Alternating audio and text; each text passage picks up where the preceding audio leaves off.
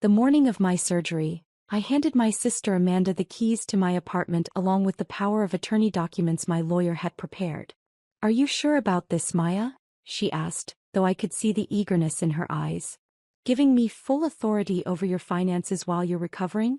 "It's just temporary," I said, adjusting my hospital gown. "The surgery should be routine, but Dr. Patterson said I'll need at least 6 weeks of recovery time. I trust you to handle things while I'm out of commission." Amanda nodded solemnly. "Of course. I'll take care of everything, pay your bills, check your mail, water your plants. You don't need to worry about anything."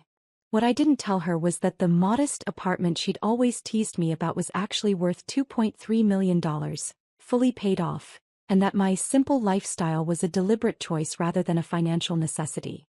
As the founder and owner of Pacific Financial Group, a mortgage and lending company I'd built over the past 8 years, my net worth was somewhere north of $180 million.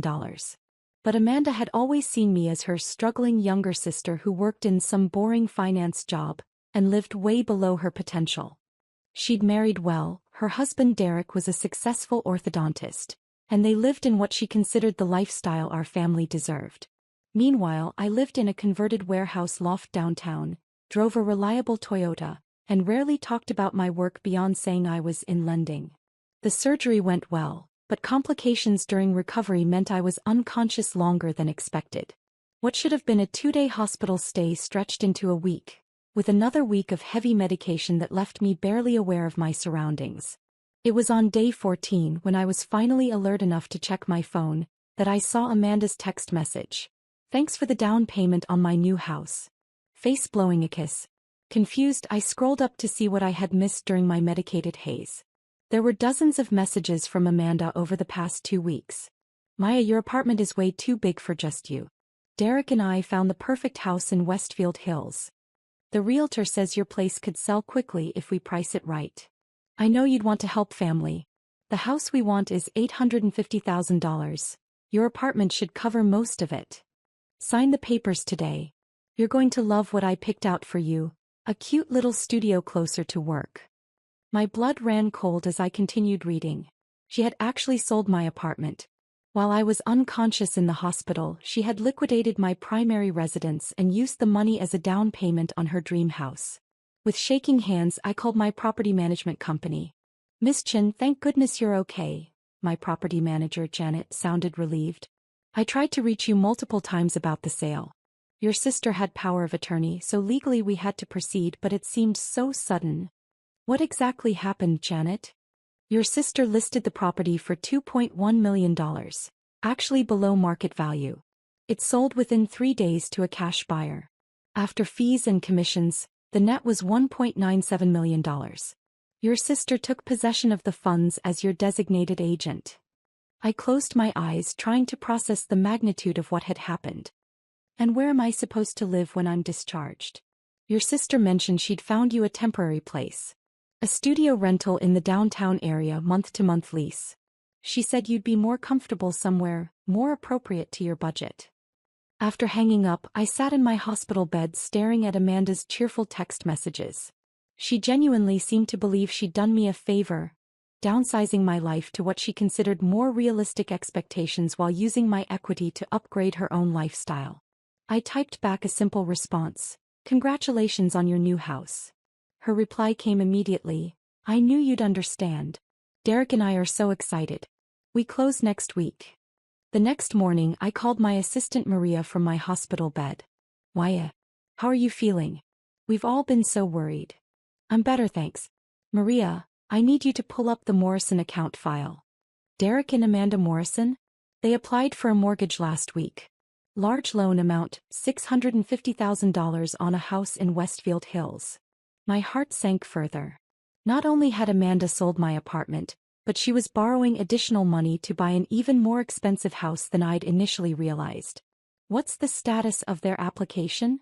"It's been approved and is scheduled to close tomorrow. They qualified based on Derek's dental practice income and the substantial down payment they provided. Very straightforward approval."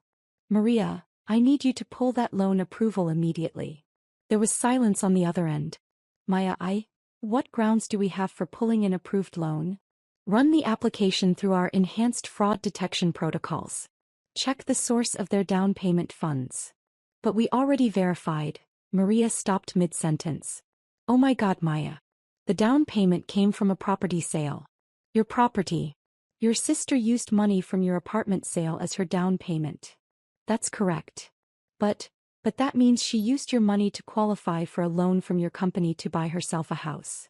Maria's voice was incredulous. She literally stole from you to buy a house from a company you own. I want you to call their real estate agent this morning. Inform them that Pacific Financial Group is withdrawing the loan approval due to irregularities in the down payment documentation. Maya, are you sure? This is going to create a massive problem for them. If they can't close tomorrow, they could lose the house entirely. I looked out my hospital window at the city skyline, at the buildings and developments my company had helped finance over the years. Maria, my sister sold my home without my knowledge while I was unconscious in surgery, then used my money to buy herself a dream house. She never asked permission, never discussed it with me, and apparently never planned to pay me back or even acknowledge what she'd done beyond a thank you text. When you put it like that, make the call, Maria. And schedule a meeting with our legal team for when I'm discharged. I want to understand all of my options. By noon, my phone was ringing with calls from Amanda. Maya, something terrible has happened, she said when I finally answered. The mortgage company called off our loan. Derek is livid. We're supposed to close today and they're saying there are irregularities with our down payment. That's awful, Amanda. What kind of irregularities? They won't say. Just that they need to verify the source and legitimacy of our down payment funds. It's ridiculous. It's your money from your apartment sale. That does sound concerning. Maya, you need to call them and explain that you gave me permission to sell the apartment. Tell them the money is legitimate. I was quiet for a moment. Amanda, can I ask you something? Of course, anything. When you sold my apartment, what was your plan for paying me back? Silence. I continued, you used $1.97 million of my money as your down payment. When were you planning to repay that? Maya, come on. You know Derek and I would take care of you. We were going to let you live in our basement apartment rent-free. Your basement apartment. It's really nice. Separate entrance, full bathroom. Much more practical for someone in your situation. My situation? You know, single, working a basic job, no real assets. Maya, that apartment was way too much house for you. You were living beyond your means. I felt a cold fury building in my chest. Living beyond my means. Don't be upset. Derek and I are just being realistic about money. We have his practice, investments, our financial planning. We can make better use of that equity than you could. I see. So you sold my apartment, used my money to buy yourself a house, and your plan to repay me was to let me live in your basement. Don't say it like that. We're family. And it's not like you could have afforded to keep that place anyway. The property taxes alone were probably more than your monthly salary. That was the moment I decided Amanda needed to learn exactly who she was dealing with. You're right, Amanda. We are family. Which is why I'm going to help you understand the situation you've created. What do you mean? The mortgage company that declined your loan? That's Pacific Financial Group. Okay, so. I own Pacific Financial Group, Amanda. I founded it 8 years ago. It's my company. The silence stretched so long I thought the call had dropped. That's not possible, she finally whispered. You used my money to apply for a loan from my company to buy a house that you plan to let me pay for by living rent-free in your basement. Maya, you can't own a mortgage company. You work in some basic finance job.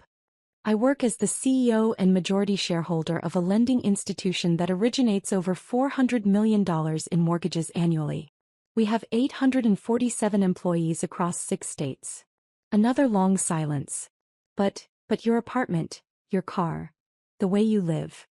I live modestly by choice, not necessity. My net worth is approximately $180 million. I could hear Derek in the background asking what was happening, Amanda's muffled voice trying to explain what couldn't be explained. Amanda, are you still there? Maya, if this is true, if you really own the mortgage company, can you fix this? Can you approve our loan? I almost laughed at her priorities.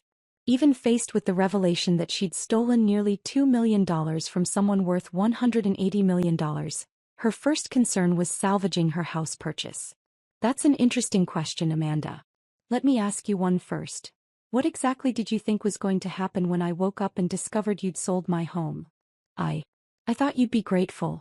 I was helping you right-size your life. By stealing my house and using the money to buy yourself a mansion.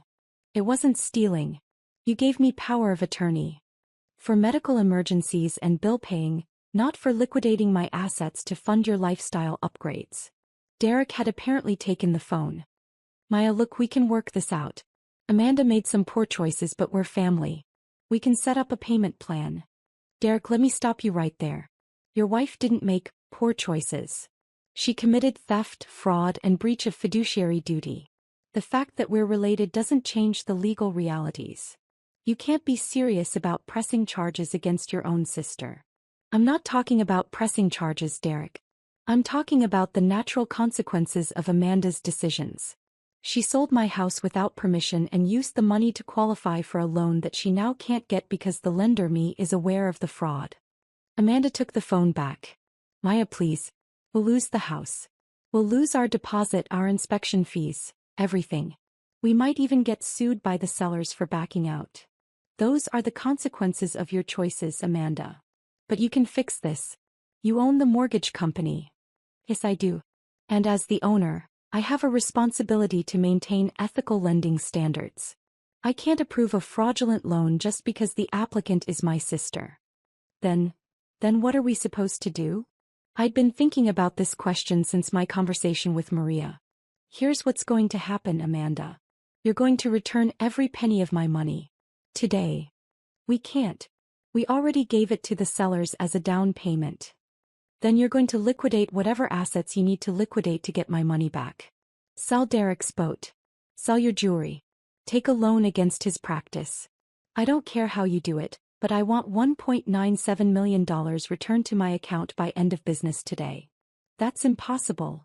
Then you're going to lose the house, lose your deposit, and probably face a lawsuit from the sellers. And I'm going to file a police report for theft and fraud. Derek's voice was back on the line. Maya, be reasonable. We don't have access to that kind of cash immediately. Give us time to figure this out. Derek, your wife had time to figure out how to steal from me while I was unconscious. She can figure out how to return what she stole just as quickly. What if we could come up with half by tonight and set up payments for the rest? I considered this. The full amount returned today or I file criminal charges tomorrow. Amanda was crying now. Maya, please. I made a mistake. I'm sorry. But destroying our lives won't get your money back any faster. Amanda, you destroyed your own lives when you decided to steal from me. I'm just declining to be an accomplice to fraud. But we're family. Yes, we are. Which makes what you did even worse. After hanging up, I called Maria again. How did the conversation go with their agent? Badly. They're threatening to sue Pacific Financial for breach of contract and damages. The sellers are furious, the real estate agents are scrambling, and Derek Morrison called me directly screaming about how we're destroying their family. Let them sue. Our legal team will have a field day with that one. What else? I've been thinking, Maya. Even if they return the money, what are you going to do about housing when you're discharged? I smiled for the first time in days. Maria, pull up the Riverside Tower listings. I've been looking at the penthouse unit. The $4.2 million penthouse? That's the one. Let's make an offer. Cash purchase, close in 2 weeks. Maya, are you sure? That's quite an upgrade from your warehouse loft. I've been living modestly for years, partly out of habit and partly because I didn't want to deal with family assumptions about my lifestyle. But Amanda has made it clear that my family is going to make assumptions regardless of how I live. I might as well live in a way that makes me happy. Should I prepare financing? No, cash purchase. Let's liquidate some of the Microsoft stock. 2 hours later, my phone rang again. It was Amanda and she sounded defeated. Maya, we got the money. All of it. Derek borrowed against his practice and we liquidated our retirement accounts. There are tax penalties, but yes. All $1.97 million will be wired to your account within the hour. Good. Maya, I need you to know that I really did think I was helping you. I genuinely believed you were struggling financially and that I was making smart decisions for both of us. Amanda, in all the years you've known me, when have I ever asked you for financial help?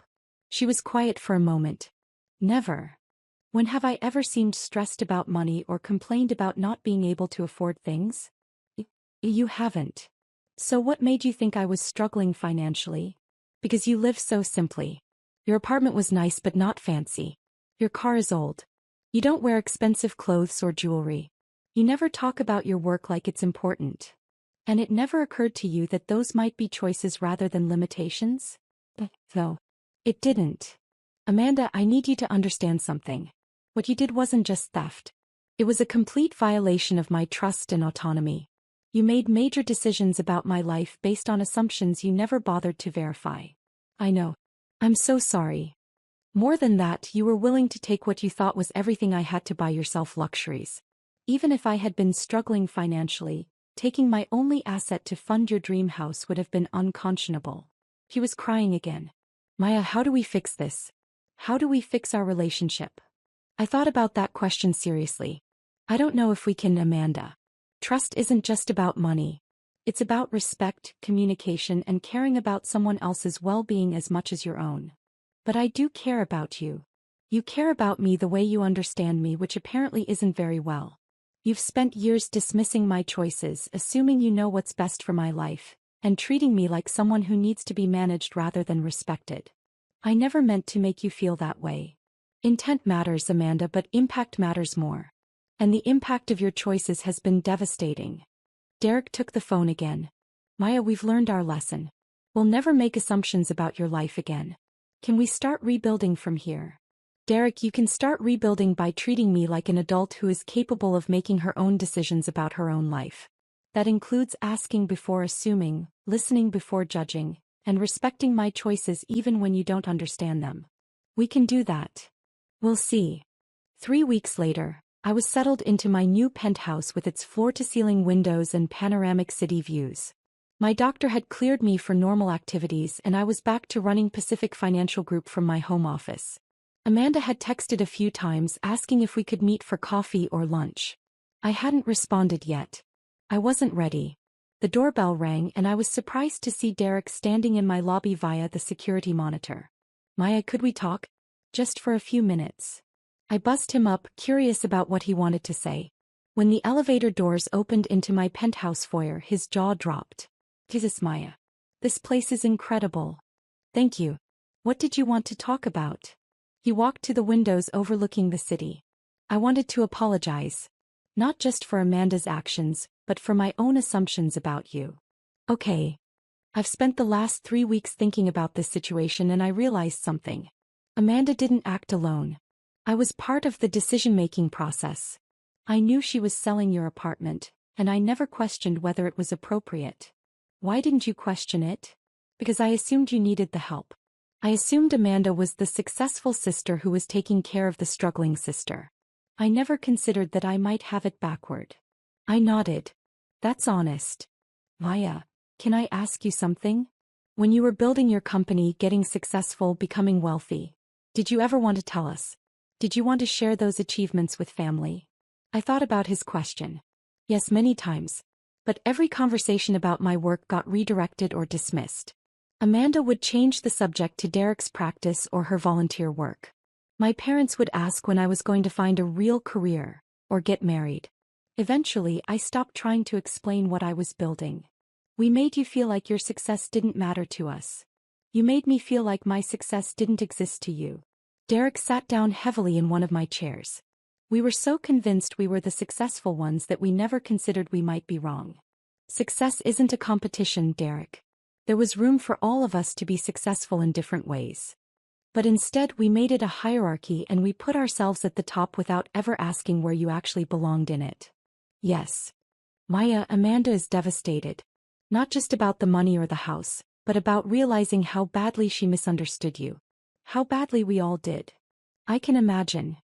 Is there any way forward for our family? Any way to rebuild this relationship? I looked out at the city, at the skyline that included buildings financed through my company, investments that had grown from my understanding of markets and risk and opportunity. Derek, I don't know. What Amanda did was a profound violation of trust.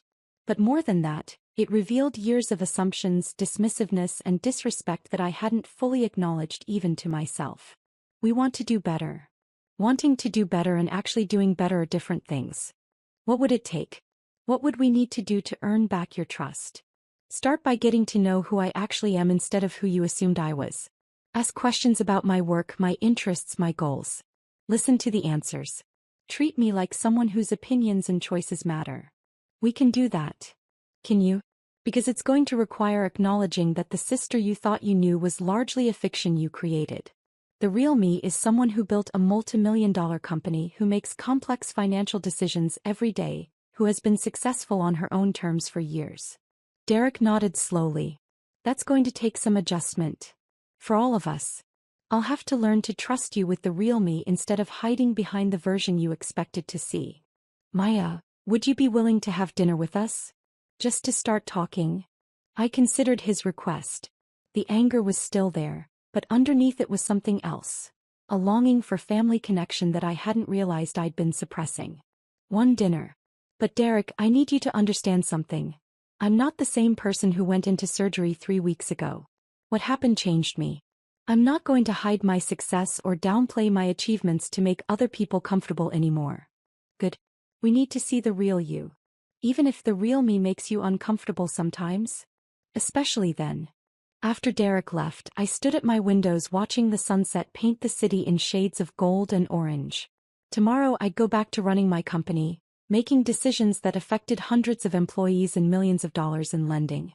But tonight, for the first time in weeks, I felt something I hadn't expected. Hope that maybe, eventually, I could have both success and family, without having to choose between them or hide one to preserve the other. My phone buzzed with a text from Amanda. Derek said you might be willing to have dinner with us.